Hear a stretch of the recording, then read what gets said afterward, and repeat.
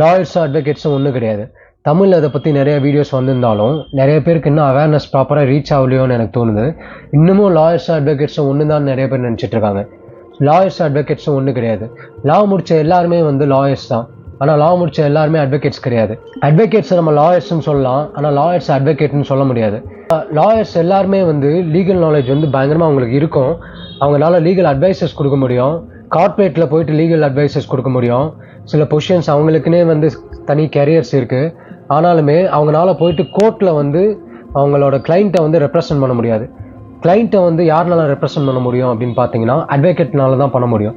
So ஒரு லாயர்னால எப்போ advocate ஆக முடியும் அப்படின்னா, இந்த லாயர் பாஸ் பண்ண கிராஜுவேஷன் முடித்தோடனே போயிட்டு தமிழ்நாடு பார் கவுன்சிலில் ரெஜிஸ்டர் பண்ணணும், என்ரோல் பண்ணணும். அதாவது bar council of Tamil Nadu and புதுச்சேரின்னு இருக்கும், ரெண்டுத்துக்கு சேர்த்து. இங்கே என்ரோல் பண்ண அப்புறம் இவங்கனால எய்ப் எக்ஸாமுக்கு எழுத முடியும், என்ரோல் பண்ண முடியும். ஆல் இண்டியா பார் எக்ஸாமினேஷன். இந்த ஆல் இண்டியா பார் எக்ஸாமினேஷன் எழுதி பாஸ் பண்ண அப்புறம் இவங்களுக்கு சர்டிஃபிகேட் ஆஃப் ப்ராக்டிஸ் அப்படின்னு சிஓபி ஒன்று கொடுப்பாங்க. இந்த சர்டிஃபிகேட் ஆஃப் ப்ராக்டிஸ் இருந்தால் தான் அட்வொகேட்னால போயிட்டு கிளைண்ட்டை கோர்ட்டில் ரெப்ரசன்ட் பண்ணவே முடியும். சிஓபி இல்லைன்னா அவங்க லாயர் தான், சிஓபி இருந்தால் தான் அவங்க அட்வொகேட். ஸோ இந்த சர்டிஃபிகேட் ஆஃப் ப்ராக்டிஸோடு சேர்த்து என்ரோல்மெண்ட் நம்பர் ஒன்று வரும். இந்த என்ரோல்மெண்ட் நம்பர் நீங்கள் bctnpy.org அப்படின்னு ஒரு வெப்சைட் இருக்குது. இந்த வெப்சைட்டில் நீங்கள் அந்த அட்வொகேட்டோட என்ரோல்மெண்ட் நம்பர் அடிச்சிங்கன்னா அவரை பற்றி மொத்த டீட்டெயிலும் உங்களுக்கு வந்துடும்.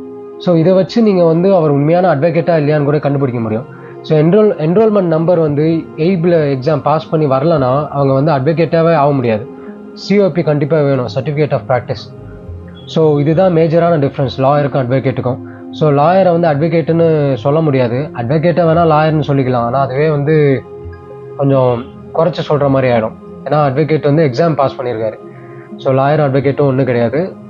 இதை பற்றி இன்னும் டீட்டெயில்டான வீடியோ நான் ஆல்ரெடி போட்டிருக்கேன்.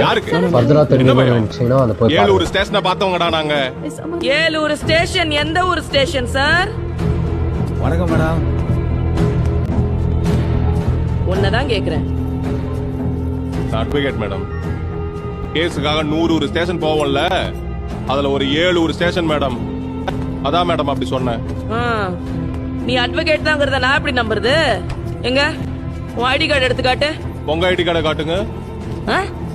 நீங்க தான் இன்ஸ்பெக்டர் ஜான்சன், நாங்க எப்படி நம்புறது? உங்க ஐடி கார்டை காட்டுங்க மேம். நீ கவுண்டரா பேசுறேன், எங்களை கம்பியான விட்டுறாத ப்ரோ. இந்த இடத்து எங்களையும் பார்த்தா டூப்பு போலீஸ் மாதிரி தெரியுதா? அப்புறம் எங்களை பார்த்தா பார் கவுன்சில்ல காப்பி அடிச்சு ஃபைலான அட்வொகேட் மாதிரி தெரியுதா? எல்லாரும் கோட் வாங்கி போட்டா சுத்திட்டு இருப்பாங்க.